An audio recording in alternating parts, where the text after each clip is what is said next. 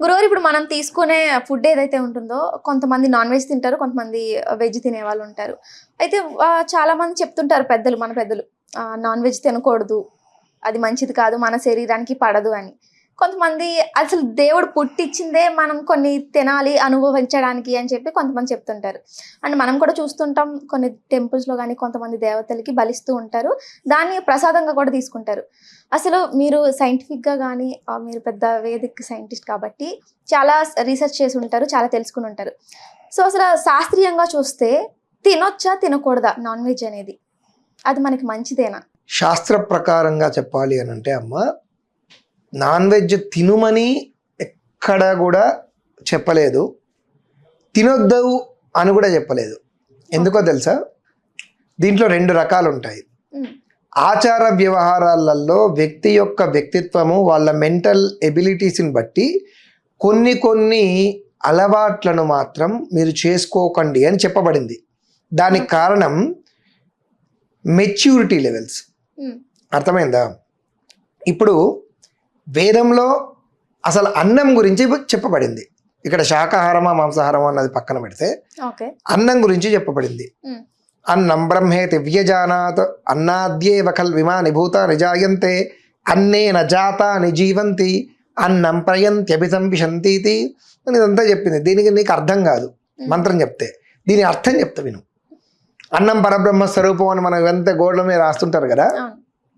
అసలు ఈరోజు మనం తిన్నటువంటి అన్నం ఏదైతే ఉంటుందో ఈ అన్నము 42 రోజుల తర్వాత మన శరీరంలో రక్తంగా మారుతుంది. అప్పటి వరకు మనం తిన్నటువంటి ఆహారము బహురూపాలుగా మారుతుందట, ఎనర్జీ లెవెల్స్గా. అర్థమైందా? అన్నం శరీరం లోపలికి వెళ్ళిన తర్వాత అన్నము లోపల ఉండేటటువంటి రస పదార్థం ఏదైతే ఉందో అది శరీరంలో ఉండేటటువంటి కణాలకు రసం రూపంలో వెళుతూ మిగిలిన దాన్ని యూరిన్లోంచి వెళ్ళిపోతుంది. ఫైబర్ కంటెంట్ మలం ద్వారా వెళ్ళిపోతుంది. అర్థమైందా? మిగిలిన రసం ఏదైతే ఉంటుందో ఈ అన్న రసం, అది మన బాడీలో ఉండేటటువంటి కార్బోహైడ్రేట్స్ కావచ్చు, మన యొక్క ఈ కణాలు ఏవైతే ఉంటాయో ఆ కణాలకు ఎనర్జీగా మారుతుంది ఈ రసం. అలా మారుతూ రకరకాలుగా రూపాంతరం చెందుతుంది. అట్లా మన శరీరంలో మొత్తము త్వక్, చర్మ, మాగుం, సరథి, మేధో, మజ్జ, అస్థి 7 రకాల పొరలు ఉంటాయి మన బాడీలో. ఈ 7 రకాల పొరలకు ట్రావెల్ అవుతూ అక్షరాల 42వ రోజుకి మన శరీరంలో ఉండేటటువంటి మనం తిన్నటువంటి అన్నము 42 రోజుల తర్వాత రక్తంగా మారుతుంది. ఈ రక్తము 46వ రోజులో అస్థిగా మారుతుంది. అంటే ఎముకకు పట్టుకుంటుంది. ఎముక అంటే అస్థి, అస్థిగా మారుతుంది. అస్థిగా మారి అస్థి నుంచి మజ్జ అంటే ఎముక లోపల గుజ్జు ఉంటుంది. మీరందరూ వేరే జంతువులు పీల్చుకొని తింటారు చూడు, గుజ్జు. అర్థమైందా? దాన్ని మజ్జ అని అంటారు. ఎముక లోపల ఉంటుంది అది, దానిలా మారుతుంది. ఇవన్నీ రూపాంతరం చెందుతుంది ఇప్పుడు మనం తిన్న అన్నం. అలా రూపాంతరం చెంది 56వ రోజున అది ఒక ఎనర్జీగా మారుతుంది. మన శరీరంలోనే ఒక ఎనర్జీగా మారి ఆ ఎనర్జీ శరీరం మొత్తము కూడా వాయు రూపంలో, శరీరం మొత్తము కూడా రక్త ప్రసరణ జరగాలన్నా వద్దా? అలా రక్తంతో పాటు రక్త ప్రసరణ జరుగుతూ ఒక ఎనర్జీ లెవెల్లో రూపాంతరం చెంది మెదడుకు ప్రవేశిస్తుంది. అర్థమైందా? ఈ మెదడు ఆలోచనగా మారి ఆలోచన బయటకు వస్తుంది. ఆలోచన ద్వారా అంటే 42 రోజుల క్రితం మనం తిన్నటువంటి అన్నము మన శరీరంలో అనేక రకాలుగా రూపాంతరం చెంది 56వ రోజున మన మెదడుకు ఆలోచనగా మారి బుద్ధిగా మారి ఆ బుద్ధికి ఫస్ట్గా బుద్ధిగా మారుతుంది. బుద్ధిగా మారి ఈ బుద్ధికి ప్రేరేపితమైనటువంటి ఆలోచనగా మారి ఆలోచన ద్వారా మళ్ళీ బయటికి వస్తుంది. అర్థమైందా? ఇప్పుడు మనం తీసుకునేటటువంటి ఆహారం సాత్వికమైందనుకో, పండ్ల రసాలు, పండ్లు, కూరగాయలు సాత్వికమైందనుకో, మనకు సాత్వికమైనటువంటి ఆలోచనలు వస్తాయి. ఒకవేళ క్రూరమైంది అంటే హింసతో కూడినటువంటివి క్రూరమైనటువంటి ఆహారం తీసుకుంటే 50 రోజుల తర్వాత మనకు క్రూరమైనటువంటి ఆలోచనలు వస్తాయి. దీనివల్ల ఏం జరుగుతుంది అని అంటే self confidence and self control అనేది దెబ్బతింటుంది. ఓకే. అర్థమైందా? ఋషులు, మునులు, బ్రాహ్మణులు వీళ్ళందరూ మాంసాహారం తినకపోవడానికి కారణం ఏంటిది అని అంటే వాళ్ళ యొక్క ఇంద్రియ నిగ్రహ శక్తి, వాళ్ళ యొక్క కంట్రోలింగ్ పవర్ని పెంచుకుంటారు. దానివల్ల వాళ్ళ కోపాలు రావు, ఎవడు తిట్టినా ఎవడు ఏం చేసినా వాళ్ళు పట్టించుకోరు, వాళ్ళకు శరీరంలో కామ వికారాలు రావు, వాళ్ళకు దేని మీద ఆశ ఉండదు. బ్రహ్మజ్ఞానం, ఈ సృష్టి ఏదైతే ఉందో పరమాత్మను చేరుకోవడానికి ఏదైతే వేదము చెప్పినటువంటి రూట్ ఉందో ఆ రూట్ వెళ్ళడానికి, ఆ రూట్లో వాళ్ళు అనుకున్నది సాధించుకోవడానికి ఈ సాత్విక ఆహారము, ఈ యొక్క శుద్ధమైనటువంటి ఆలోచనలు వీటికి హెల్ప్ చేస్తాయి. ఓకే. అదే రజోగుణము అంటే మసాలా దినుసులు కానీ ఈ మాంసాహారాలు కానీ ఇవి తినడం వల్ల వీడి కంట్రోలింగ్ పవర్ అనేది ఉండదు, ఎక్కువసేపు కూర్చోలేడు. ఇప్పుడు నేను 4 గంటలు కళ్ళు మూసుకొని కదలకుండా జపం చేసుకుంటూ ధ్యానంలో ఉంటా, నువ్వు ఉండగలవా? ఉండలేవు. కారణం ఏంటంటే కళ్ళు మూసుకోగానే దేవతలకు కావాల్సింది హీరోలు, హీరోయిన్లు, సినిమాలు, రకరకాల ఆలోచనలు, రకరకాల విషయాలు మన బుద్ధిలో తిరుగుతూ ఉంటాయి. అలానే కంట్రోలింగ్ పవర్, ఇప్పుడు మనం తీసుకున్నటువంటి ఆహారం వల్ల మనకు కొన్ని రకాల కామవికారాలు ఉంటాయి. ఇప్పుడు మీరు 40 రోజులు దీక్షలో ఉన్నారు. ఈ 40 రోజులు దీక్షలో ఉన్నప్పుడు మనం అయ్యప్ప కావచ్చు, కొంతమందిని మనం చూస్తూ ఉంటాం. ఇవి అంతకుముందు తీసుకున్నటువంటి ఆహారం వల్ల ఈ దీక్షలో ఉన్న స్వాముల మీద ఎట్లాంటి ప్రభావాన్ని చూపిస్తాయి తెలుసా? మీరు ఆలోచించండి. ఎక్కడైనా ఒక చిన్న గొడవ అవుతుంటే ఈ అయ్యప్ప మాల కావచ్చు, ఏ ఆంజనేయ స్వామి మాల కావచ్చు, బాలాజీ కావచ్చు, దుర్గామాత కావచ్చు, మాలలు తీసుకున్నప్పుడు ఎక్కడో చోట చిన్న చిన్న గొడవలు అవుతుంటాయి. గొడవలు అవుతుంటే స్వామి మాలలో ఉన్నగా ఊరుకుంటున్నా, లేకపోతేనా అని అంటాడు వాడు. నువ్వు మాలలో ఉన్నావు కాబట్టి నేను ఊరుకుంటున్నా అన్నావు అంటే ఇక్కడ నిన్ను నువ్వు కంట్రోల్ చేసుకుంటున్నావు. ఈ కంట్రోలింగ్ పవర్ ఎక్కడొచ్చింది? దీక్ష, నీ సంకల్పం. అందుకే నువ్వు ఊరుకుంటున్నావు, లేకపోతే మన తలకాయలు కొట్టేటనవా కదా. నార్మల్ టైంలో ఏం చేసేవాడివి? నువ్వు దీక్షలో ఉన్నావు కాబట్టి ఎదుటివాడు నేను ఎంత ఇబ్బంది పెట్టినా స్వామి దీక్షలో ఉన్నా కాబట్టి నేను ఊరుకున్నా, నిన్ను నువ్వు కంట్రోల్ చేసుకుంటున్నావు అక్కడ. ఓకే, నాకు అర్థమైంది గురుగారు. మనం ఒక 2 months బ్యాక్ అనుకుంటే ఒక ఇన్సిడెంట్ జరిగింది. ఒక టెంపుల్లో ఒక పూజారి కొంచెం అసభ్యకరంగా ఆడవాళ్ళని ఏదో బిహేవ్ చేసినట్టు ఒక వీడియో బాగా వైరల్ అయింది. ఇప్పుడు అతను ఒక బ్రాహ్మణ్కి సంబంధించిన ఆయన, ఒక పండితుడు, మరి ఆయనకి ఎందుకు అలాంటి ఆలోచన వచ్చిందంటారు? ఇప్పుడు నేను చెప్పింది ఇక్కడ కులము, మతము, బ్రాహ్మణుడు, జాతి అనేది లేదు, తీసుకునే ఆహారం. ఇప్పుడు బ్రాహ్మణులు ఆల్మోస్ట్ ఎప్పుడు వాళ్ళు నాన్ వెజ్ అసలు తినరు కదా. నేను ఇందాక చెప్పింది అదే అమ్మా, సత్వ రజస్తమో గుణాలు. ఇక్కడ ఓన్లీ శాకాహారమే కాదు, మసాలా దినుసులు, ఓకే, అర్థమైందా, స్పైసీ ఫుడ్స్.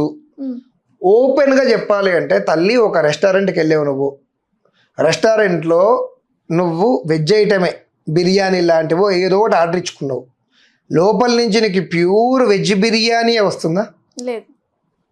కర్మగాలు అది వేరే ఇతర మతస్థులతో ఎవరిదో అయితే ఈ మధ్య లోపల ఉన్న నాన్ వెజ్ కాకుండా పైన రైస్ ఇచ్చి ఇది వెజ్ చేయండి పైది ఇచ్చావు అని అనేటటువంటివి ఉన్నాయి. ఓ ఫాస్ట్ ఫుడ్ సెంటర్కి వెళ్ళావు, నువ్వు చూస్తున్నావు, ఫాస్ట్ ఫుడ్ సెంటర్కి వెళ్ళావు, అక్కడి నుంచి నువ్వు ఏదో ఆహారం తిన్నావు ఫాస్ట్ ఫుడ్ సెంటర్లో, అది వెజ్ అంటావా?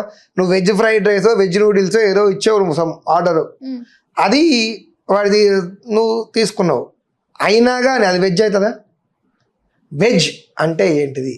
పరిశుద్ధంగా దేవాలయాల్లో ఇంట్లో మడిగట్టుకొని తడి బట్టల మీద సాంప్రదాయబద్ధంగా ఒక నిర్దిష్టమైనటువంటి ఒక ఆలోచన, అంటే పవిత్రమైనటువంటి భావనతో ఇది భగవంతునికి సమర్పించేటటువంటి మహానైవేద్యం అనేటటువంటిది. ఇప్పుడు అయ్యప్పలకు బాలభోగాలు వండేటప్పుడు ఎక్కడిని హోటల్ నుంచి డెలివరీ చేస్తారా? చక్కగా వండి స్నానం చేసి కట్టెల పొయ్యి మీదనో స్టవ్ మీదనో వండినా చక్కగా చేసి ఒక ఆహారం అరిటాకులో పెట్టుకొని భజన చేసుకొని భక్తిగా తినేటటువంటి ఆహారం ఉంటే అప్పుడు అది సాత్వికమైనటువంటి ఆలోచన ఇస్తుంది.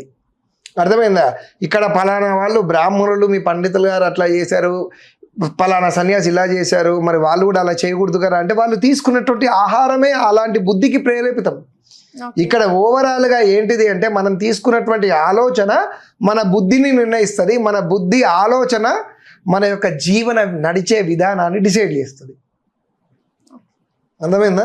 3 రోజులు అన్నం తినకుండా ఉపవాసం ఉంటే 4వ రోజు మామూలుగా ఉండేటటువంటి వాళ్ళకి ఏమని అనిపిస్తుంది, ఏదైనా కనబడంగానే అబ్బా అవి తినాలనిపిస్తుంది. కానీ నువ్వు దాన్ని కంట్రోల్ చేసుకొని నువ్వు సాత్వికమైనటువంటి ఆహారం తీసుకున్నప్పుడు ఒక 40-45 రోజుల తర్వాత నీకే తెలియకుండా నీ లైఫ్ ఇంకోలా మారిపోతుంది. ఓకే. ఎగ్జాంపుల్ అయ్యప్ప స్వాములు కావచ్చు, మిగతా వాళ్ళు కావచ్చు, బ్రాహ్మణులే కావచ్చు, ఎవరైనా మీరు మీ జీవితంలో 40 రోజుల పాటు బిఫోర్ దీక్ష నీకు మందు అలవాటు ఉంది, సిగరెట్ అలవాటు ఉంది, నాన్ వెజ్ అలవాటు ఉంది, 40 రోజుల పాటు నువ్వు ఏక దీక్షగా త్రికరణ శుద్ధిగా పొద్దున సాయంత్రం చల్లనీళ్ళు స్నానం చేసి కింద పడుకుంటూ కటిక నేల మీద శరణుఘోష చేసుకుంటూ మిగతా చేసుకుంటూ 40 రోజుల పాటు మీరు దీక్ష తీసుకున్నాక 40 రోజులకు నీ బాడీ అలవాటు పడాలన్నా వద్దా? స్మోక్ లేకుండా, మందు లేకుండా, నాన్ వెజ్ లేకుండా నీ బాడీ అలవాటు పడుతుందా లేదా? ఎంత కష్టం వచ్చినా, ఎంతది శత్రువు వచ్చినా కానీ పలకరిస్తూ స్వామి అని పలకరిస్తూ వాళ్ళు ఏదన్నా అయ్యా నేను దీక్షలో ఉన్నా తర్వాత మాట్లాడదాం, లేదా ఏదున్నా కానీ అంటూ నిన్ను నువ్వు ఇంద్రియాలను నిగ్రహం చేసుకుంటూ నీకున్నటువంటి సమస్యలను పరిష్కారం చేసుకుంటూ ఎలా అయితే ఈ 40 రోజులు ఉన్నావో ఆఫ్టర్ దీక్ష నీ లైఫ్ అలానే కంటిన్యూ అవ్వాలి. ఇక నువ్వు మళ్ళీ అయ్యప్ప దీక్ష అవసరం పడదు నీకు అప్పుడు. ఓకే, అవునా కదా? 40 రోజుల తర్వాత నీకు అలవాటు పడ్డాక నువ్వు జీవితంలో మళ్ళీ మందు, నాన్ వెజ్ దాని జోలికే పోద్ది. ఇక ఇప్పుడు 40 రోజులు ఉన్నావు కదా, అది కంటిన్యూ అవ్వాలి. అలా నువ్వు ఉన్న రోజున నీ దీక్షకు ఫలితం, లేకపోతే ప్రయోజనం ఏమున్నది? కానీ మన దౌర్భాగ్యం ఏంటిది, పైన కొండ మీద దీక్ష తీసుకొని కిందికి వచ్చి ఆ వావరసాయ దగ్గరనే మొత్తం తీసేసి తాగి మద్య మాంసాలన్నీ అక్కడనే అలాంటి క్షేత్రంలో కూడా అక్కడే తాగి అక్కడే ఆ క్షేత్ర పవిత్రత కూడా మొత్తం దృష్టిలో పెట్టుకోకుండా దాన్ని సర్వనాశనం చేసి వస్తున్న వాళ్ళు కొంతమంది ఉన్నారు. అప్పుడు నువ్వు 40 రోజులు దీక్ష చేసిన ఫలితం ఏముంది? దీక్షలో ఉన్నవాడు ఎప్పుడు దీక్ష పూర్తవుతుందా, ఎప్పుడెప్పుడు తాగుదామా, ఎప్పుడెప్పుడు తిందామా అనేటటువంటి ఆలోచనలు ఉంటాయి. అలాంటి వాళ్లకు అయ్యప్ప, అమ్మవారు, దేవుడనే కాదు, అలాంటి వాళ్ళకు దీక్ష ఫలితం రాదు. నిన్ను నువ్వు నిగ్రహం చేసుకుంటూ ఉండేటట్టు ఉంటుంది. ఇక్కడ బ్రాహ్మణుడైనా, ఏ కులస్థుడైనా, ఏ మతస్థుడైనా తను ఉంటున్నటువంటి తను తీసుకున్న దీక్ష కావచ్చు, తను ఉన్నట్టు బ్రాహ్మణుడు అంటే ఉపనయనం చేసుకున్నటువంటి వాడు, దానికి అతను కట్టుబడి ఉండాలి. ఎవరైనా అయ్యప్ప దీక్ష అన్నప్పుడు దీక్ష ఉండాలి, అతను కట్టుబడి ఉండాలి. దీనికి కారణం ఏంటిది? బుద్ధి కాదా? బుద్ధేనా కాదా? బుద్ధే కదా. ఎవడో ఇప్పుడు దీక్షలో ఉన్నవానికి బలవంతంగా వచ్చి తాగమని కానీ, లేదా దీక్షలో ఉన్నప్పుడు వెంటనే నువ్వు దీక్ష అయిపోగానే ఇది చేయమని, ఇది కాదు కదా. నువ్వు 40 రోజులు నువ్వు అలా ఉండగలిగినప్పుడు నీ బాడీ ఆల్రెడీ అలవాటు అయిపోతుందా కదా. 40 రోజులు ఉన్నావు కదా, ఇంకొక 40 రోజులు అలవాటు చేసుకో. ఎట్లా? 40 రోజులు ఉన్నా ఇంకొక 40 రోజులు మెల్లమెల్లగా ట్రై చేసుకుంటా, 80 రోజులు అవుతుంది. ఇంకొక 40 రోజులు, 1 year డన్. ఇక నీ 1 yearకి అలవాటు అయిపోవాలి. అప్పుడు నువ్వు చేసిన దీక్ష ఫలితం ఎలా ఉంటుంది అంటే నీ జీవితాన్ని మారుస్తుంది. అట్లా భగవంతుని దయ వల్ల నేను చెప్పినాక నా మాటలను విని మారినటువంటి స్వాములు కొంతమంది ఉన్నారు. ఈరోజు బిఫోర్ దీక్ష, ఆఫ్టర్ దీక్ష వాళ్ళ లైఫ్లు ఎలా ఉన్నాయి అనేది అది మనస్ఫూర్తిగా చాలా సంతోషంగా ఉండి నా దగ్గరకు వచ్చి, గురువుగారు మొత్తం నాన్ వెజ్, స్మోకు మానేసిన తర్వాత మా హెల్త్ బాగుంది, మా బాడీ బాగుంది, మా ఆలోచనలు గొప్పగా ఆలోచిస్తున్నాము, అప్పటి వరకు వేరే వాళ్ళ మీద డిపెండింగ్ ఉన్నటువంటి మేము ఈరోజు ఓన్ డెసిషన్స్ తీసుకుంటున్నాము, మా మాటలకు వాల్యూ పెరుగుతుంది, మా మాటకి ఏదో పవర్ వచ్చినట్టుంది గురుగారు అని చెప్పి వాళ్ళు మీ వల్ల సంతోషంగా ఉన్నాము అని అన్నప్పుడు మాకెంత ₹1,00,00,000 ఇచ్చినా నాకు హ్యాపీనెస్ ఉండదు. అర్థమైందా? సో ఇది ఒక బాధ్యత. ఇది ఇలా ఉంటే లైఫ్లు బాగుంటాయి. ఇది బుద్ధికి సంబంధించినటువంటి విషయం. ఇది తింటే పాపం, తినకుంటే పుణ్యం అనేది ఏం లేదు. ఇది బుద్ధే, మనం చేసే కర్మ, దాన్ని బట్టే ఉంటుంది తప్ప వేరే ఏదీ లేదు తల్లి. హ్యాపీగా ఇది మెచ్యూరిటీ లెవెల్స్కి సంబంధించినటువంటిది. భగవంతుడైనా అంతే. ఓకే ఓకే గురుగారు, చాలా చక్కటి వివరణ ఇచ్చారు. ధన్యవాదాలు.